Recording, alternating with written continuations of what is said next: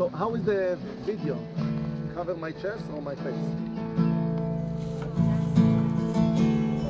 I think the video's been great. Of course, he used the two different ones. You know where I'm talking about, near the Yeah, synagogue. right, So yes. you should take probably this one. Why not? And I want to say, Pastor, focus on me, but it's not nice to say that. No, it's true. Well, although you usually tell him what to do, so it works. I should ask him, Is the bathroom up there? we will go up to the kiosk and the bathroom nearby.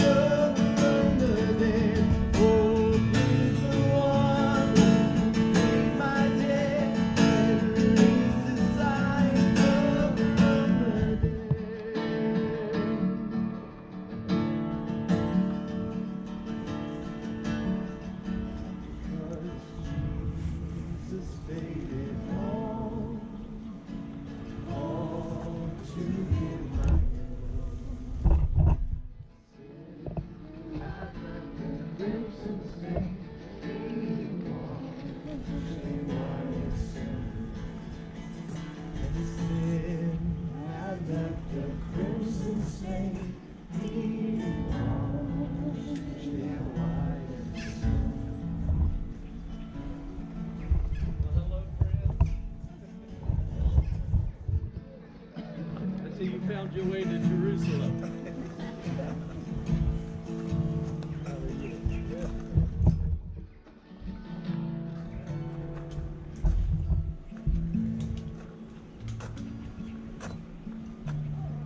Well, I want to take you back to the darkest night of my life.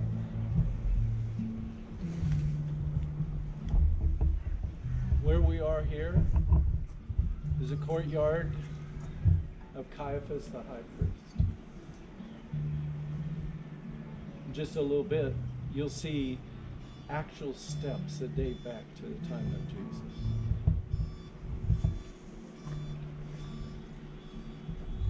That night began in the upper room. We had all been arguing amongst ourselves as which one of us was the greatest. There was so much tension in the air, you could cut it with a knife. Jesus had it all prepared before us. And then coming in, we were all embarrassed because we saw what Jesus was doing. He took off his outer garment and he girded himself with a towel, and one by one, he took off our sandals and he washed our feet.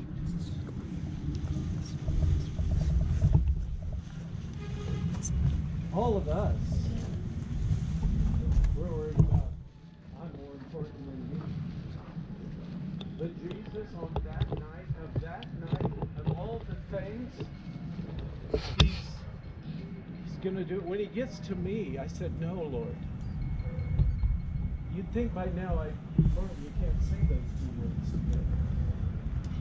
You're never going to wash my feet. And Jesus looked at me, and as he had often looked at me, he said, if I don't wash you, you have no part of me. Well, you got to know me. You know what I said? I want a whole bath then. Because I want to tell you, I honestly, truly always wanted, for that moment that Jesus called me in the boat and I left everything to follow him, I honestly wanted to follow him.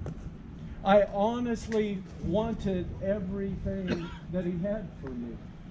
And he said, no, you don't need to be washed. He said, you're all clean but one. We were looking at each other. We spent the last 3 years together.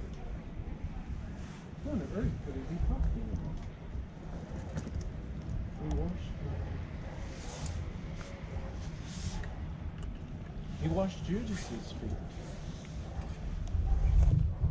Then, after he addressed himself, he said, do you realize what I've done for you?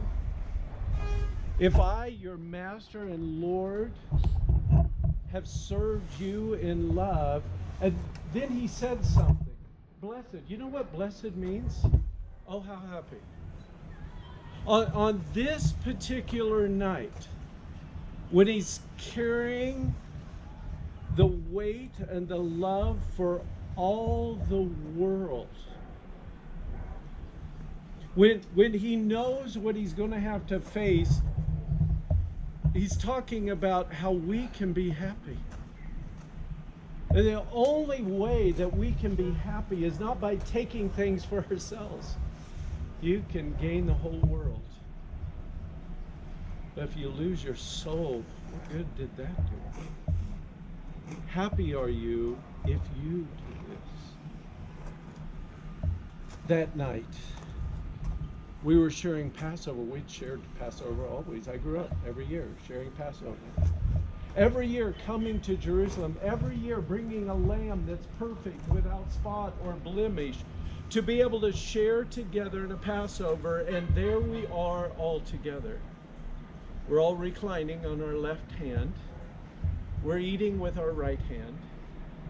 The disciple who Jesus loved, you guys all know who that is, right? John was right next to him. And then seated in the seat of honor was Judas.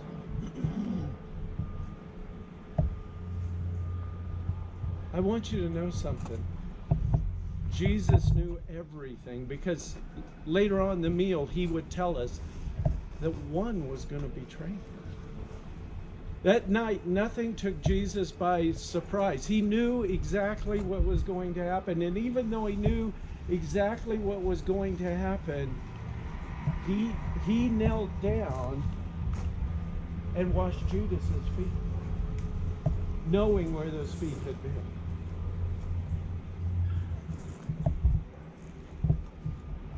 He took bread and broke it. Take, eat, this is my body which is broken for you. Then he took the cup, the special cup, the cup that was reserved. He said, drink from it. It is a new covenant in my blood, which is poured out for you.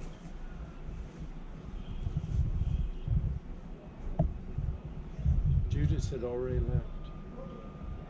We saw Jesus whispering to Judas. We would find out later what he said. Because, my friends, Satan had entered Judas because Judas had allowed him to enter him. Jesus even put him right next to him. Do you realize all he would have had to say was, "Hey guys, Judas is going to betray me." What do you think we would have done? Yeah, Judas would have never got out of there alive.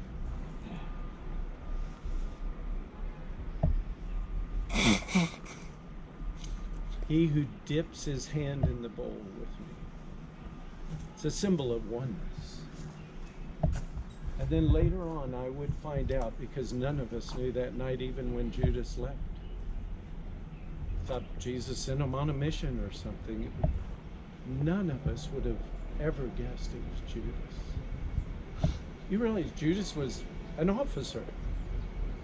He was our treasurer. We trusted him. And later on, we would find out at that moment that Judas, knowing full well what he was about to do, Jesus said, "What you're about to do, go and do quickly."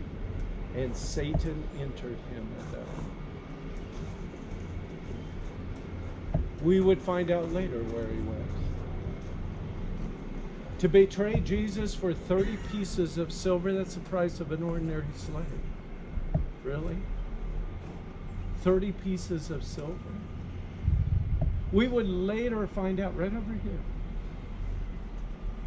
Right here, you can see it right through across this little valley here.